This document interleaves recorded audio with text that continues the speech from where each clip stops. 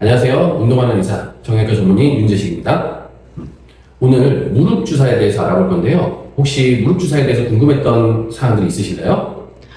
원장님, 저희 엄마는 정형외과에서 무릎 주사 맞고 오셨는데 그게 어떤 주사예요? 무릎 주사? 네. 혹시 어떤 주사를 맞았는지 부모님이 얘기를 따로 안 하셨어요? 6개월에 한 번 정도 맞으신다고 하셨던 것 같아요. 6개월에? 그러면 보통 아마 우리 일반적인 정형외과에서 맞는 주사는 크게 5가지 주사가 존재를 하게 되는데요. 보통 우리 무릎에, 정형외과에서 무릎에 놓을 수 있는 주사들은 총 크게 5가지 주사 종류가 있어요. 우리가 첫 번째, 제일 흔히 맞는 연골 주사. 그 다음에 두 번째는 PN 주사라고 하는 주사가 있을 거고, 그 외에 콜라겐 주사, PRP 주사, 스테로이드 주사. 보통 이렇게 5가지 종류의 주사들을 처방을 많이 하죠. 그래서 아마 어머니께서 맞으셨다고 하는 거는 우리가 일반적으로 연골 주사를 맞으셨을 가능성이 좀 높아요. 그러면 연골 주사는 뭐냐? 연골 주사는 흔히 주 성분으로는 히알루론산이라고 하는 우리 관절강 내 물질들을 주입하게 되는데 결국은 약간 기름칠을 해주는 윤활제의 역할들을 해주게 되는 거죠. 윤활제를 뿌려주게 되면 우리가 기계가 마모가 됐을 때 우리가 브리스칠을 하듯이 윤활제가 생기면 관절들의 마모 속도도 조금은 줄어들 수도 있을 거고 마찰력이 줄어들면서 우리가 통증도 좋아지는 효과도 좀 나타나겠죠. 그러면 이 연골 주사도 우리가 두 종류가 있어요. 우리가 너무 어렵게 생각할 건 아니고요. 우리가 이 히알루론산이라고 하는 거는 우리 안과에서 처방하는 인공눈물, 그 다음에 피부과에서 처방하는 우리 물광주사와 동일한 성분의 주사라고 생각하시면 됩니다. 연골주사는 6개월에 한 번 맞는 제형과 3번을 맞는 제형은 있는데 이 두 가지의 차이는 우리 점도의 차이죠. 좀 더 끈적거리는 거는 6개월에 한 번을 맞아도 되고 그 다음에 나머지는 6개월에 3번을 맞는 주사죠. 이거는 우리가 이제 환자분들의 선택에 의해서 맞게 되는데 아무래도 1회에 맞는 제형들이 조금 이 정도가 높다 보니까 환자분들이 보통 아프다라고 표현하시는 분들이 간헐적으로 있어요. 근데 하루 이틀 지나면 좋아지는 문제이기 때문에 너무 크게 신경 쓰지 않으셔도 될 것 같고요. 보통 우리가 가격적으로 봤을 때 우리가 일주일 간격으로 3번 맞는 주사는 한 번 맞을 때 15,000원 정도 나온다고 생각하시면 되고 한 번 맞는 주사는 얘가 3만원 정도 의 가격이 나온다고 볼 수 있습니다. 그러면 요즘 우리 정형외과에서 제일 많이 처방하고 있는 주사는 PN 주사라고 해요. 이 PN 주사는 연호 정소에 우리가 연호 정소에서 추출한 폴리뉴클레오타이드라고 하는 이 조각을 우리가 주사액으로 만든 건데요. 얘네들이 사실 우리 사람의 인체 DNA하고 가장 유사하다고 해요.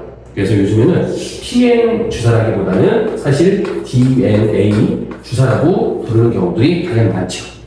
그러면 연골 주사보다 PN 주사가 뭐가 더 좋은가는 첫 번째로는 이 DNA 주사는 연골 주사보다는 더 고점도, 더 찐득찐득하다는 얘기죠.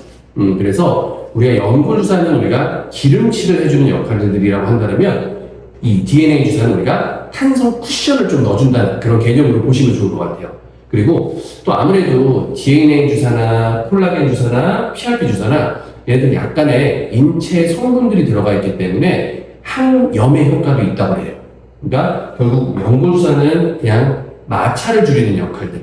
그 다음에 나머지 3개의 주사들은 염증들도 줄여줄 수 있고 조금이라도 세포를 성장시킬 수 있는 그런 인자들을 가지고 있는 게 좀 다른 특징인 거죠. 그래서 그렇게 보고 우리가 얘네들은 그래서 사실 어려워하지는 마시고요. 피부과에서 우리 리쥬란 힐러 같은 거 많이 맞으시죠? 그게 똑같은 주사예요. 그래서 이제는 리쥬란 힐러도 이제 무릎에 양보하셔야 될 때가 온 거예요.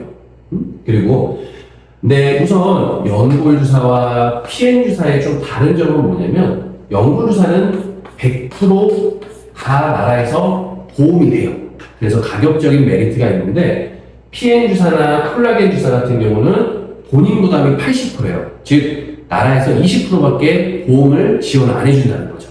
그래서 아까 얘네들은 15,000원, 3만원 이렇게 나왔다면 얘네들은 한쪽을 맞을 때 보통 6만원 정도 이 가격이 책정되는 거죠. 그리고 나중에 콜라겐 주사와 마찬가지겠지만 두 개의 거의 가격은 거의 비슷하다고 볼 수 있어요. 세 번째는 우리 콜라겐 주사예요. 다 좋아 보이잖아요. DNA도 좋아 보이고, 콜라겐도 좋아 보이고, 나중에 나올 뭐 PRP도 다 좋아 보여요. 다 좋아 보이는 주사인데, 콜라겐 주사의 특징은 뭐냐? 얘네들은 우리가 연골 주변에 다공성 메쉬 형태를 떼요. 무슨 얘기냐? 연뼈가 이렇게 있고, 우리가 연골들이 이렇게 쌓여있어요. 쌓여있는데, 여기가 만약에 연골들이 닿았어. 근데 우리가 막 연골 좋은 세포들이 여기를 지나가고 있는데 여기 못 흡착이 되는 거예요. 그러면 콜라겐은 여기 우리가 그물망으로 이렇게 쳐주는 거예요. 그래서 얘네들이 연골 세포가 가다가 하면서 끌려가면서 약간 코팅이 되는 효과가 있다라고 하는 거죠.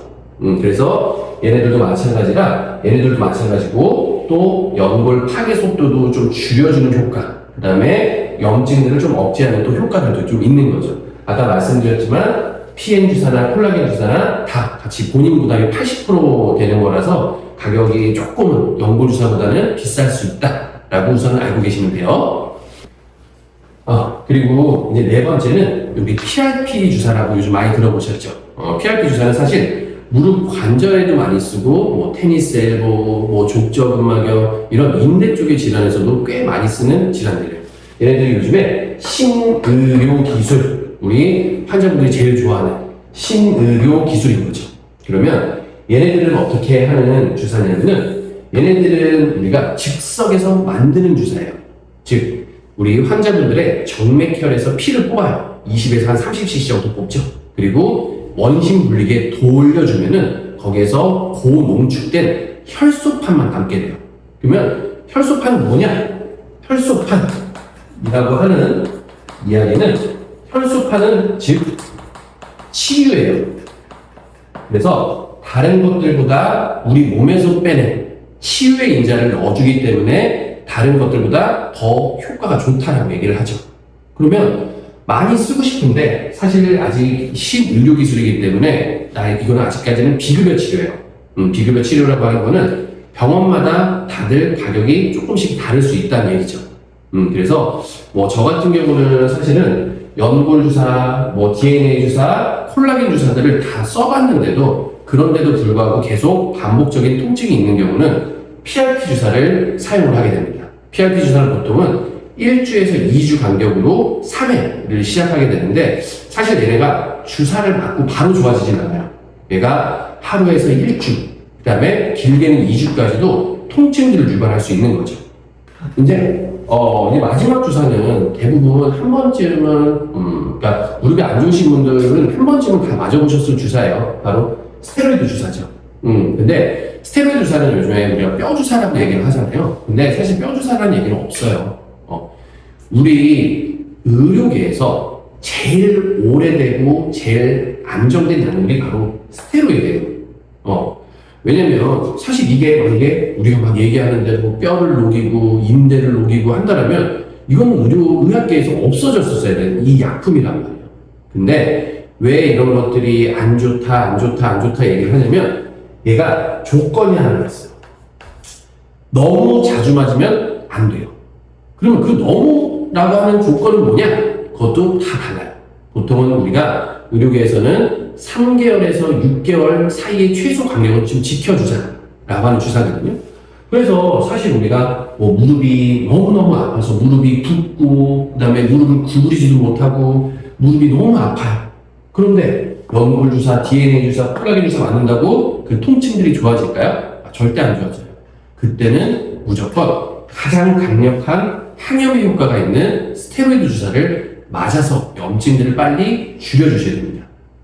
원장님, 저희 엄마는 그 정형외과 가셔서 프롤로 주사 맞고 다리가 완전히 좋아지셨다는데 그건 뭐예요?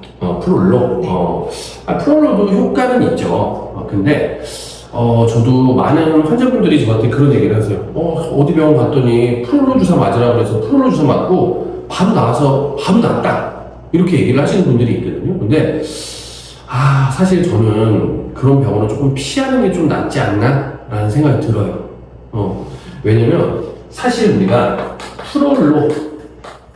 프롤로라고 하는 주사, 흔히 인대 강화 주사라고도 표현을 많이 하거든요. 근데 얘네들은 말 그대로 염증들을 빨리 줄이는 역할들이 아니에요. 근데 우리가 환자분들이 아무래도 스테로이드 자체를 싫어하기 때문에 병원에서는 그냥 프롤로 주사해요 라고 하면 환자들이 안심하거든요. 근데 거기에다가 아마도 스테로이드를 섞었기 때문에 바로 좋아지는 효과가 나타나지 않았나라고 조심스럽게 생각합니다.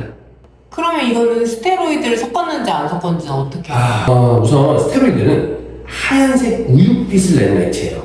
근데 우리가 프롤로든 다른 연골주사든 이런 데는 그냥 투명한 액체거든요. 근데 투명한 액체에 흰색 물체가 섞였어. 그럼 색깔이 어떻게 되겠어요?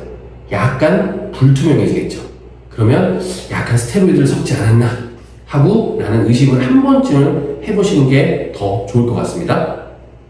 근데 원장님, 저희 엄마는 무릎이 안쪽이 아프다 그러셔가지고 병원을 갔는데 주사를 무릎 바깥쪽에 맞으셨대요. 그건 왜 그런 거예요? 그래요? 우선 이 그림 한번 볼게요. 우리가 보통 환자분들이 제일 퇴행성 관절염이 있으신 분들이 어디가 아프냐면 요 안쪽 부분을 제일 아프게 돼요.